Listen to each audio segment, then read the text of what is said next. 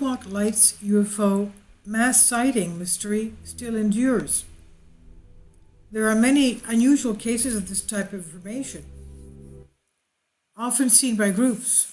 It's evidence of visitors, or could it be military technology? Perhaps one day will come, well, we'll find out. This is by News Australia. An unusual formation of lights caused major panic after a mass sighting, and pictures of the strange events raised even more questions. It was August 1951.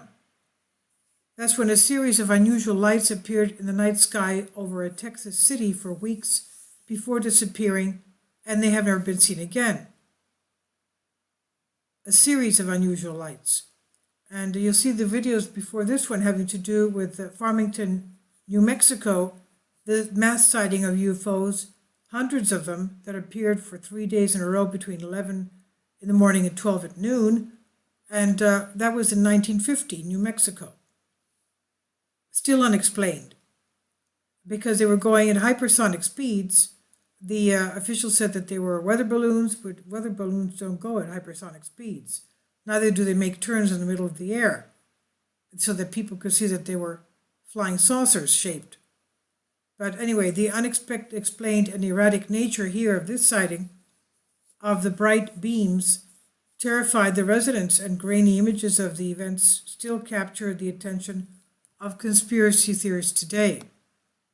The lights were first sighted August 25th in Lubbock by a group of scientists that were hanging out in a colleague's backyard one evening. So they were scientists, keep in mind. It wasn't just anybody. At around 9:20 in the evening, the group all witnessed something they could not explain. 15 to 30 bright bluish-green lights appeared in the sky in the shape of a boomerang, as you can see, and they silently whizzed overhead in a V formation. They disappeared just as quickly as they came, but appeared again just an hour later, this time in a more scattered shape.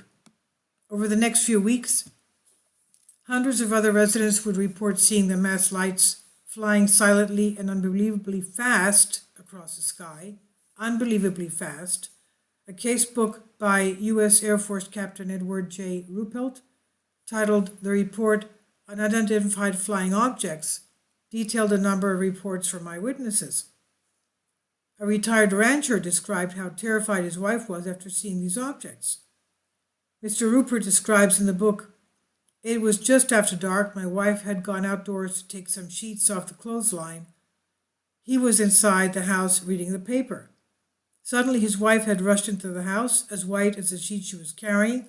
The reason his wife was so upset was that she had seen a large object glide swiftly and silently over the house. Over the house. The wife described it as an airplane without a body that had wings covered in glowing blue lights. After more reports came flooding, some of the locals decided it was time to investigate what these lights actually were. The group of professors that first saw the lights started an informal investigation in which they measured the speed and angles of the lights and fact-checked sightings. They noted that the UFOs always traveled from north to south. The event started to gain wider attention after a university student managed to snap a picture of the lights, which were widely published in newspapers and magazines. The pictures caused a major debate, with people claiming they were a hoax, while residents said it was exactly like the objects they had seen. So what was it? Multiple explanations have been offered up over the years by scholars and authorities, but the majority of witnesses had a hard time believing them. The Air Force claimed the lights were nothing more than the underside of a plane, and another investigation concluded it was actually caused by birds reflecting the light from Lubbock's new street lamps. But the locals dismissed these suggestions, insisting the objects were moving too fast to be birds or planes. To this day, there are those that believe Lubbock was visited by UFOs, with some witnesses firmly believing that what they saw over those few weeks in 1951 was not from this world. This is by Ali Foster, Newscom AU, and it's Unbended Reality.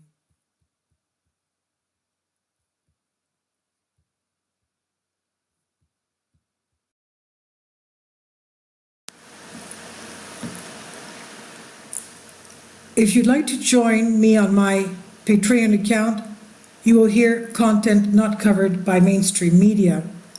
These riveting stories will be based on my research, and I will state my opinions and give my personal insight on diverse and controversial subjects and world events not covered by mainstream media, and not supported by YouTube guidelines. So whatever I have on my Patreon, most of those will not be on my YouTube channel. Please consider becoming a member today. More of the most significant and important videos will be on my Patreon channel.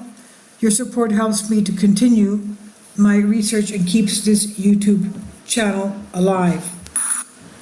And we depend on your support, your generous charity, because we help economically challenged families here in Athens, Greece, in Kapota, and we also help the young generation with university tuition and the community around our church.